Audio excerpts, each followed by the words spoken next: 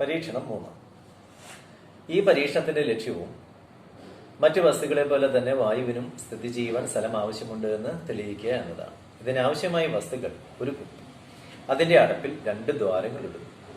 തുടർന്ന് അതിലേക്ക് 25 സെന്റിമീറ്റർ നീളമുള്ള 2 വാട്ടർ ലെവൽ ഹോസുകൾ കടത്തിവെക്കുന്നു.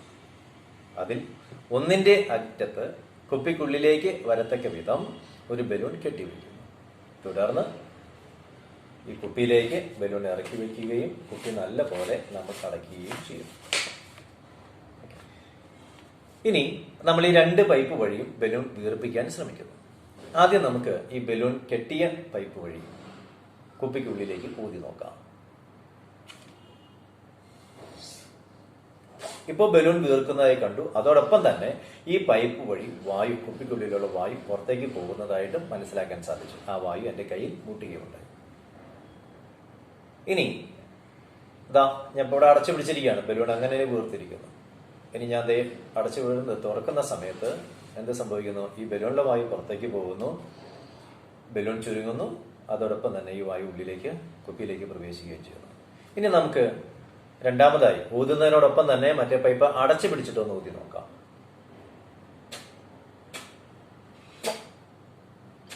വീർക്കുന്നതായി, ബലൂൺ വീർക്കുന്നതായി കാണുന്നില്ല. കാരണം കുപ്പിക്കുള്ളിലുള്ള വായുവിന് ഈ പൈപ്പ് വഴി പുറത്തേക്ക് പോകാൻ സാധിക്കുന്നില്ല, നമ്മൾ അടച്ചു പിടിച്ചതിനാൽ. ഇനി ബലൂൺ കിട്ടാത്ത പൈപ്പ് വഴി കുപ്പിക്കുള്ളിലുള്ള വായുവിനെ നമുക്ക് പുറത്തേക്ക് വലിച്ചെടുത്ത് നോക്കാം. പുറത്തേക്ക് വലിച്ചപ്പോൾ ബലൂൺ വീർത്തു വരുന്നതായിട്ട് കാണാൻ കഴിയും. നോക്കൂ. അടുത്തതായി നമുക്ക് ബലൂൺ കെട്ടാത്ത ഈ പൈപ്പ് അടച്ചു പിടിക്കുകയും തുടർന്ന് കുപ്പിയിൽ നിന്ന് വായുവിനെ വലിച്ചു കളയാൻ പറ്റുമോ എന്ന് നോക്കാം.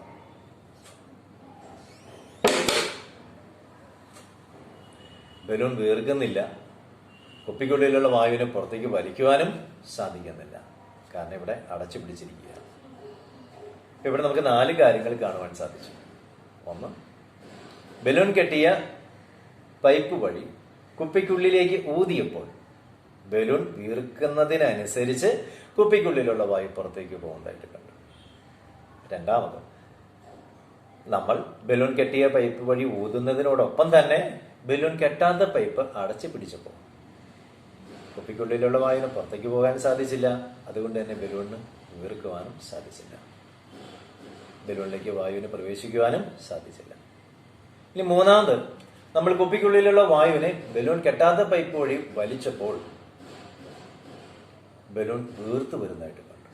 എന്ന് പറഞ്ഞാൽ പുറമേ നിന്ന് വായു കുപ്പിക്കുള്ളിലേക്ക് പ്രവേശിക്കുന്നു. അങ്ങനെ ബലൂണിൽ എത്തിച്ചേരുന്നു, ബലൂൺ വീർക്കുന്നു.